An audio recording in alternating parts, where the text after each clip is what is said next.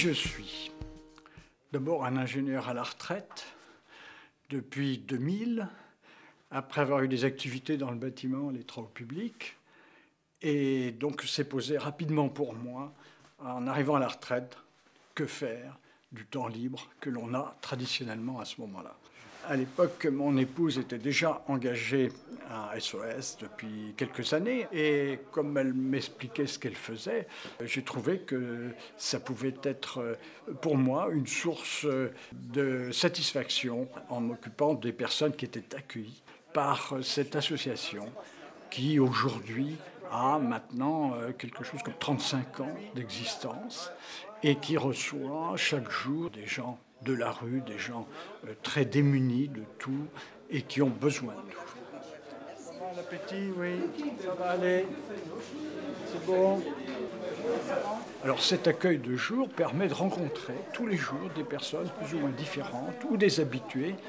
Ce qui est extraordinaire comme satisfaction en retour, bien qu'on n'attende rien, mais on l'a quand même, c'est de voir ces gens qui nous aiment, on le sent, certains m'embrassent quand je rentre là-dedans, c'est vraiment une grande joie. Et certains vous diront même c'est comme une famille pour moi. J'aime bien, c'est ma famille. C'est ta famille. C'est voilà. Ma famille.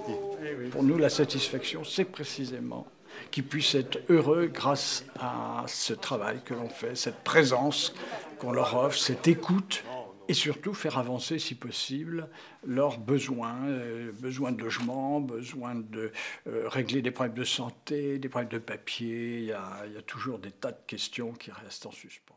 Il y a des hauts et des bas. Hein. SOS, on ne réussit pas tout, on a donc des déconvenus. Donc on apprend une autre vertu, c'est celle de la patience et de l'humilité. Main dans la main. Et tu m'en manques toujours. C'est un gros. Voilà. Et merci pour tout le monde, pour tous les bénévoles, voilà. Tous les gens qui bougent pour l'association. Ce qui nous intéresse, c'est que des jeunes qui sont en recherche d'activité, en particulier ceux qui arrivent à la retraite, on a envie de leur dire, écoutez, il y a du boulot, surtout vous ne posez pas trop de questions, vous venez, vous verrez.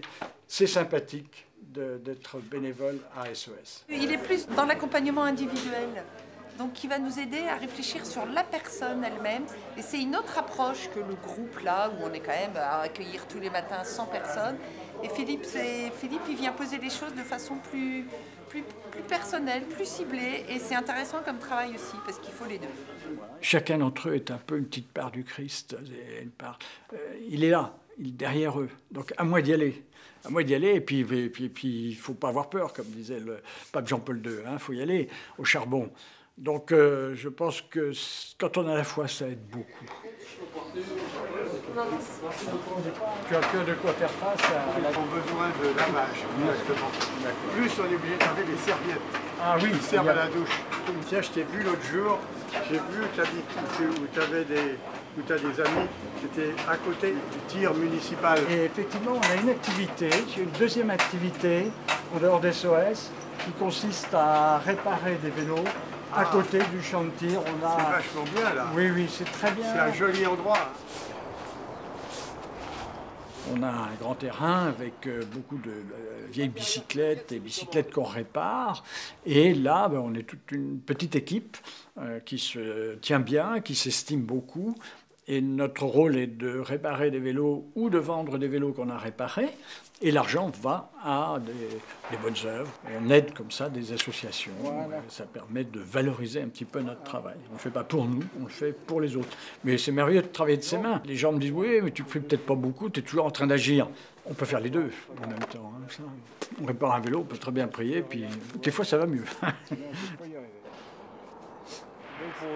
Je voudrais rappeler une recommandation de Mère Teresa que j'aime beaucoup, dans laquelle elle explique que pour rester allumé, une lampe à huile a besoin chaque jour d'une petite goutte d'huile. Et elle rajoute que sont ces petites gouttes d'huile, elle dit ce sont ces petits gestes, ces sourires, cette attention que l'on porte aux autres. Voilà. Le Seigneur ne nous attend pas sur des grandes œuvres, il nous attend sur des tas de petites choses. Bonne journée. À bientôt. Le Bethel est la maison de l'ancien directeur du séminaire de Versailles qui se trouve à Ozanam et qui a été mise à notre disposition par Monseigneur Thomas à l'époque en nous demandant d'y loger des personnes qui étaient dans la rue, mais vraiment dans la rue, c'est-à-dire qui avaient d'abord et avant tout un besoin de logement. J'y vais en gros 1 à 2 fois par mois, c'est très irrégulier.